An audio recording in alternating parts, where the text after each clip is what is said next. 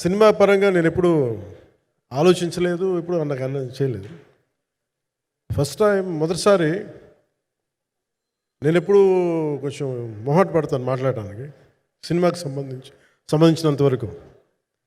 ఇక్కడ సినిమాని ఎలా ప్రమోట్ చేసుకోవాలో నాకు తెలియదు.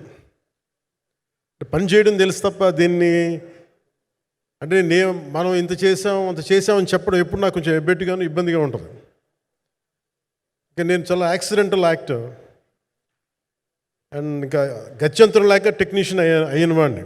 నాకు నచ్చే సన్నివేశాలు నచ్చే సినిమాలు చేసుకోవడానికి ఆ పరిస్థితుల్లో ఇది నా మొదటి ఇంటరాక్షన్. ఇది నా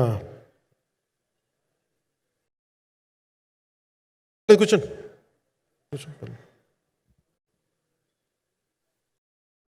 రథం గారు వస్తారు. నేను ఇదంతా చేయడానికి